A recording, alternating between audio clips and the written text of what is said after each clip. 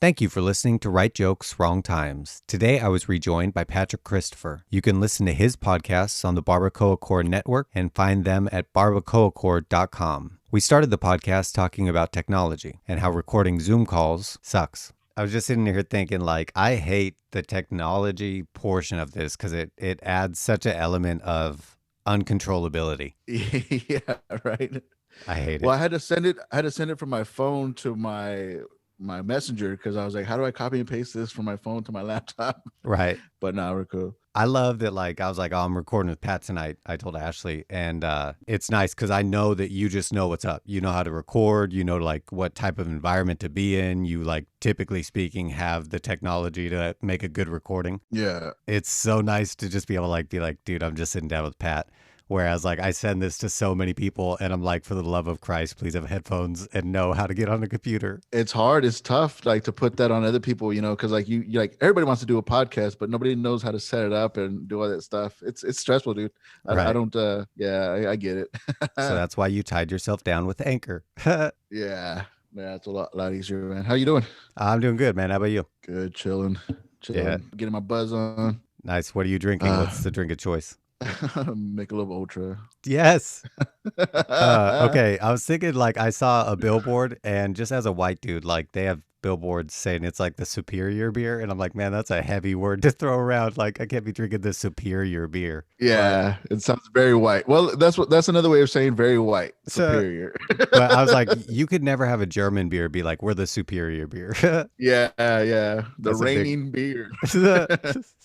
Jeez. So, what have you been doing this weekend, man? Chilling, man. I actually went to go. Remember that doppelganger guy that I said that looks like me? Well, Joey's sending out to all of us. Remember You a have to while stop back. stalking that guy. And well, So, hold on.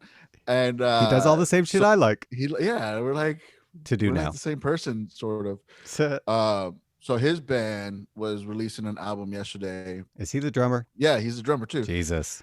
And so Rob from Rob's Metalworks, he asked if I wanted to go hang out, go check it out. And I got permission from the wife. So Nice. I went to go meet up with Rob and talk to him, hang out with him. That was cool. And then check out the band. And then after they were done, I kind of dipped out. And then I'm working on my arm. I'm trying to get my arm tatted up. Oh, nice. Yeah, a buddy of mine, he's doing that. What is it called? Internship or Apprenticeship? apprenticeship? There you go. Damn. If you were an intern, that's like a level lower. If you went into a tattoo place and they were like, this is our apprentice and that's our intern, Trevor. Yeah. I don't want a Uh, tattoo from Trevor. yeah. Like, no. Just leave him alone. He can sweep up whatever, like he can clean up after me. He can pick up on my blood and shit. But no, I don't want him touching Clean up after my. aisle me. Yeah, yeah. So now I just got back from doing that. Did another session with him today. Do you have any tattoos? I have one. So I have a tattoo that I had always told myself I was in Mormonism. And if you get a tattoo, that's a big no-no. Yeah. So I wasn't allowed to get tattoos mentally. So I always saw that robot holding its heart, Silverstein's first full-length album, When Broken is Easily Fixed. And I was like, dude, if I could get a tattoo, I'll get that.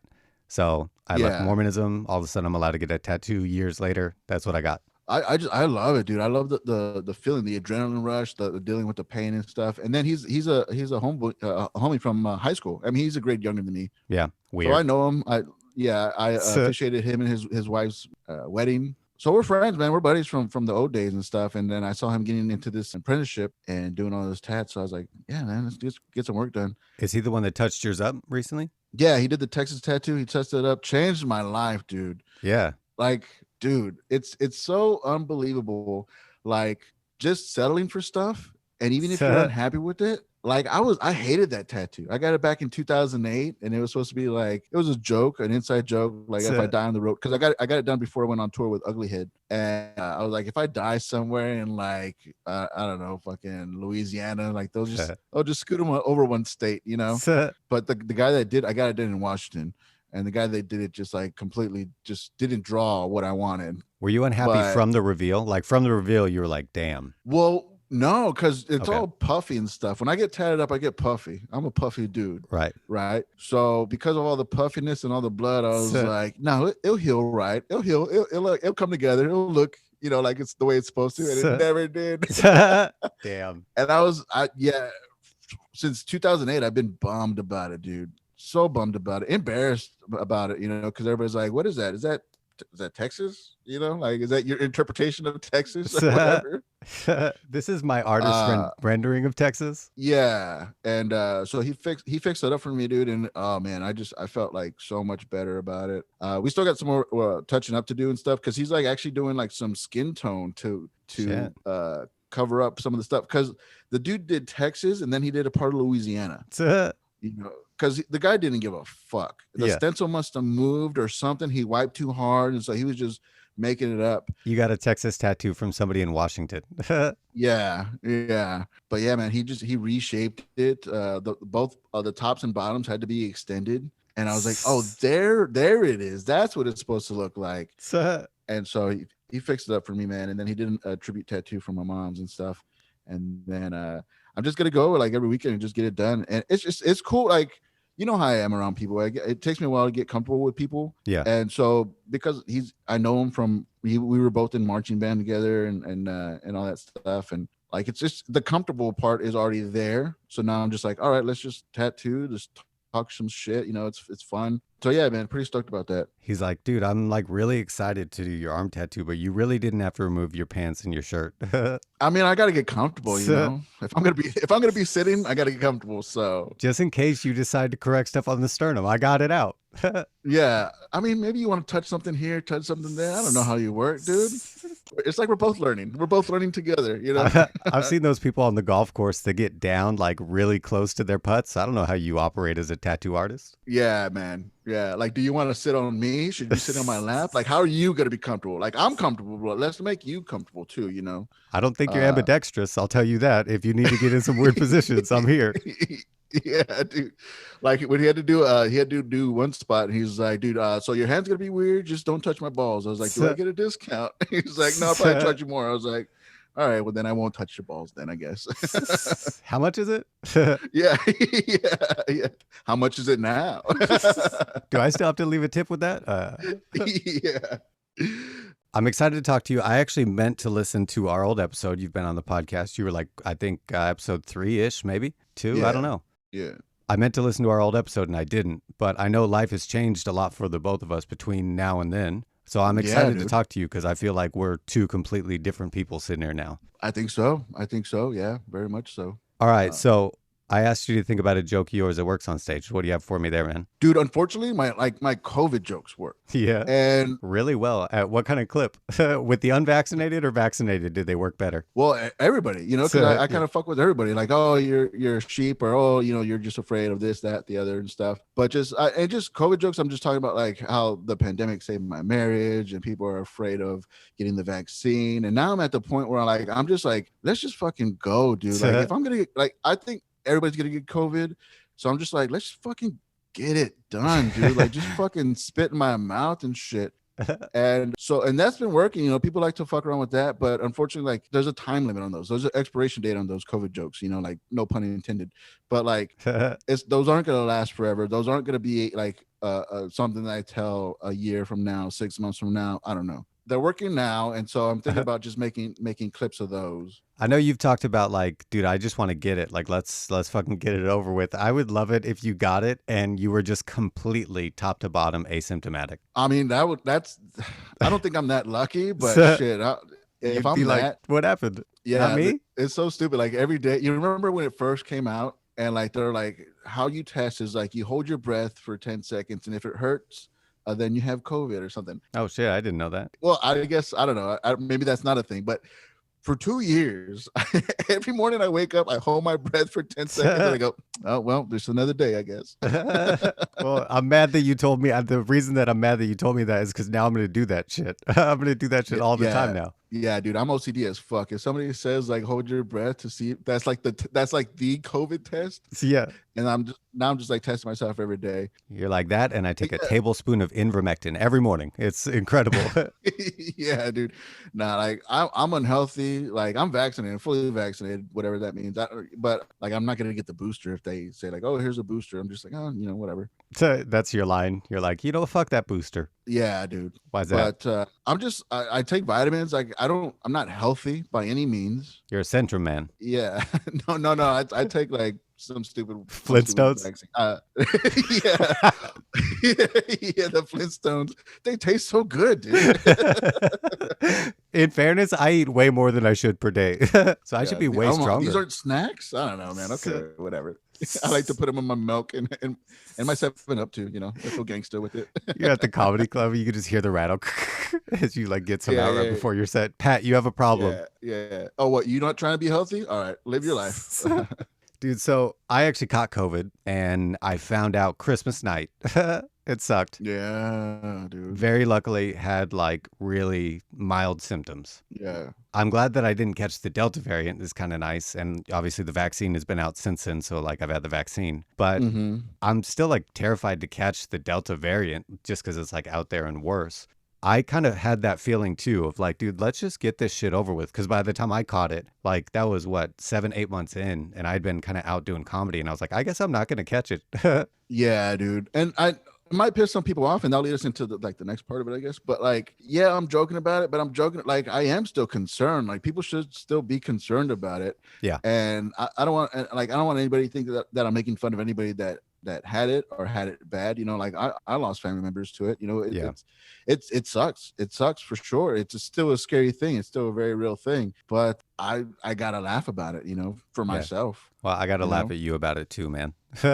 No, thank you. But the whole thing is like I'm like, where is this COVID? And then when I finally get it, like, there's no way I'm gonna get any support on my GoFundMe. You know, Yeah, They're like exactly. you brought it on yourself, bro. So I don't know. Like, it's pros and cons. Like people see me joking about it and stuff. And not because I'm taking it lightly, but like, please believe if I get COVID, when I get COVID, and if it gets bad, I'm still gonna need your sympathy, and I'm still gonna need your GoFundMe. Like, you know. I like the saying when I get COVID. Hey, look, when I get COVID, you need to start throwing that around. When I get COVID, It's just out there, dude. Like, it's not going away. We're all gonna catch it, and it's just I'm looking how for we, it. how we So- deal with it. I'm not. Yeah, let's get it done, dude. Yeah. So I asked you to think about a joke of yours that doesn't work on stage. And to break that ice, I've been wanting to tell you this.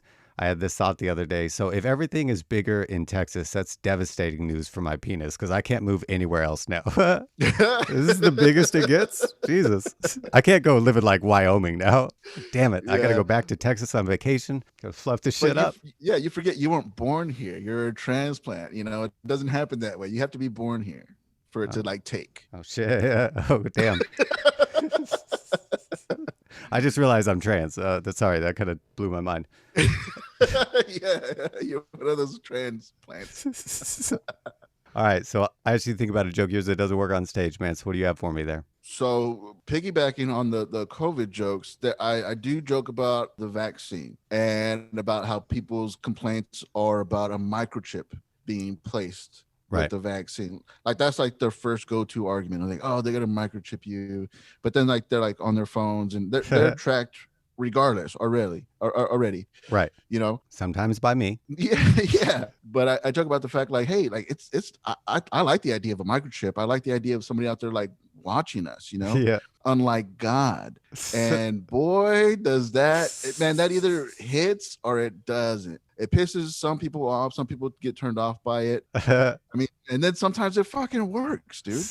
But I think for the most part, it turns people off. But I'm already in that zone, whatever. Because there are like people still like really heavy religious and stuff. And I'm not Texas dogging now. them. Yeah, right. So- I'm not dogging them. I'm just like, if they knew my life, that like I'm a little bit upset with God right now. You So- know, I wish I wasn't. You know, I wish I could be like I was born Catholic and I'll probably die Catholic too. Like I still pray, I still do all that stuff. But like I'm there's a little angry between me and God or whatever you believe in, you know. Right. So I'll be like, you know, like the microchip's here, unlike God, you know. And so I still like doing it. It makes me feel good. It makes me feel good to joke about that stuff. And it makes me feel good when crowds fuck with it. I'm sorry, dude. Can we catch? I'm sorry. When no, when not at all. crowds, Not on this goddamn podcast. but I do notice that it will turn off some people, and I just gotta laugh it off. Like people with frocks, you just look at it, you're like, fuck, that dude's turned off. Yeah, but it still makes me happy. Like I have a joke about my dad being dead, and people like that's a good joke that I like. It makes me happy. Like nobody laughs at it, but I'm just like, that's for me. Yeah. You know. So you just love jokes about shitty dads that aren't around. Oh, that's good. Yeah. I mean, Yep. I get uncomfortable too. When the crowd gets uncomfortable, I get uncomfortable because I don't want to offend anybody. But it's all, they're all jokes. Yeah. We're all just joking here. But I do know that some people take that hard and judge me on that. And what can I do about that? It's funny to me, and I'm still gonna do it. It has turned the crowd against me, but I'm still gonna do it. How do you feel you do when the crowd's turned against you? You feel like you can get them back on with you, or not really? You feel like that's a skill you have? No, I know I have to turn up my hey, this guy's stupid, because some people like that's my act, quote unquote, but it's not an act, I really am really not the smartest guy out there.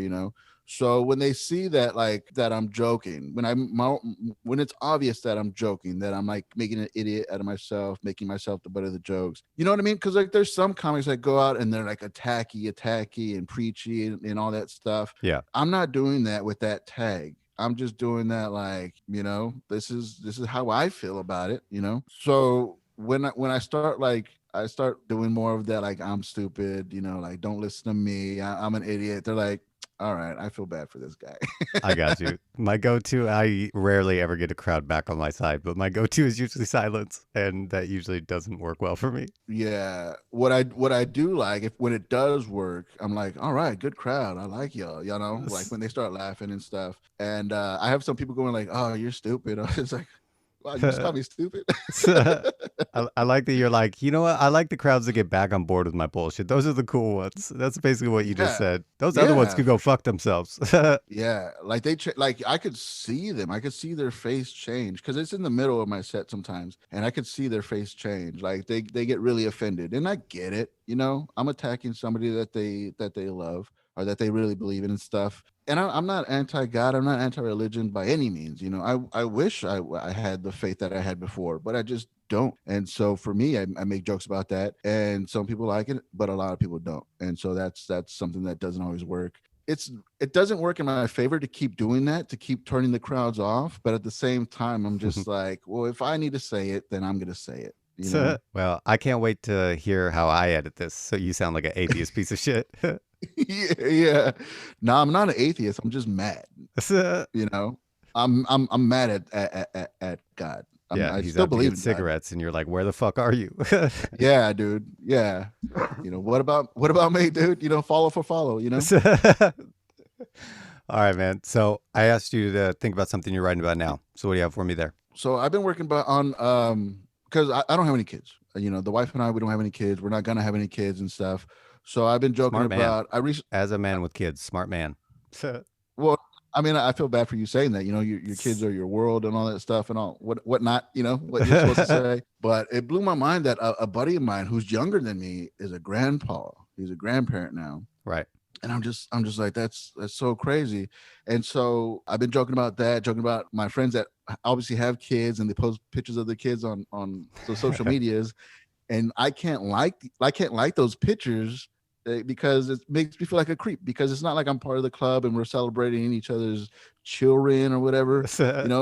If I like something like a kid's picture, like, dude, like, what are you doing? It's a bad look. And then so I'm joking about that, and then I'm also joking about, I didn't realize so many of our peers had kids until the pandemic hit. Right. Like their kids are nowhere to be seen on any of the social medias. They don't talk about them. They're out every night and all that I've stuff. been looking. And then the pandemic happened, and they, like, all these pictures of their kids show up. I was like, dude, you got some young roommates. Like, what's going on? Like, there's this one comic that I can't say too much about it, but he started talking about having a kid, and the whole group of us, we all looked at each other and we're like, that guy has kids. Because like nobody knew. So just joking about kids and stuff. I mean, it was something that I wasn't gonna touch because, oh shit, that's Jesus. that I can't wait till you hear this edit. Yeah, please edit that out.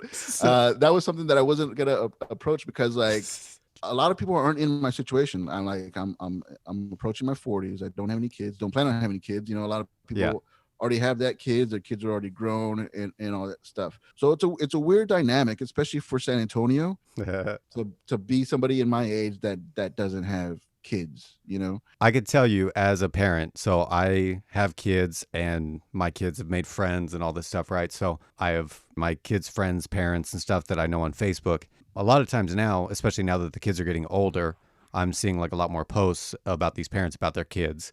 And even Mm-hmm. as a parent, where I have like a relation to this picture, right? Where it's my Mm-hmm. kid's friend and I actually know them and see them all the time. It's also really weird as a parent to like pictures of other kids. It's just a funky thing, man. It's weird. So yeah, it's across the board. It's awkward to like other pictures of kids, Yeah. right? I thought it was just me, It you is know. across the board. It is a little weird because I'm like, yeah, it's this dude that like also like posts this random shit on his profile is like liking this picture, and I always feel weird about it. Yeah, and I'm also doing like something where like I'm pissing off probably some from some other comics, you know, about like how there's a lot of sacrifices that we have to make to do these open mics to do comedy, like custody. Because yeah, there's a lot of shitty parents out there that I didn't know. You know, I thought we were all like just like filling our times up because we have nothing else. Like no, they leave their fucking family at home a People that lot. pursue stand-up comedy, no.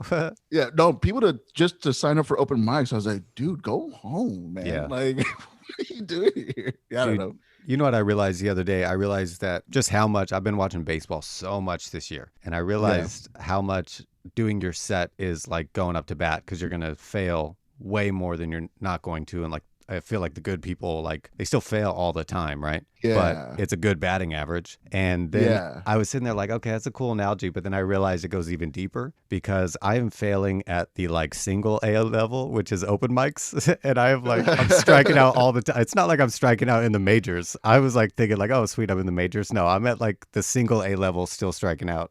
Yeah, like it would be nice if they like in our intro that like they'll like give our stats like he's only bumped once this week, Yeah. whatever. Like give it up for. He's been bumped more than he's done bumps. Yeah, yeah. He couldn't Jesus. make it in Austin. Now he's in San Antonio. Give it up for. Oh, Jesus. Dude, thank you for being on with me today, man. This was actually a blast. Well, I don't know why you said actually, but this was fun, man. You doubted me, huh? You doubted my blastness. You're blast. I knew you'd blast quick. All right, man. Yeah, this is cool. Man.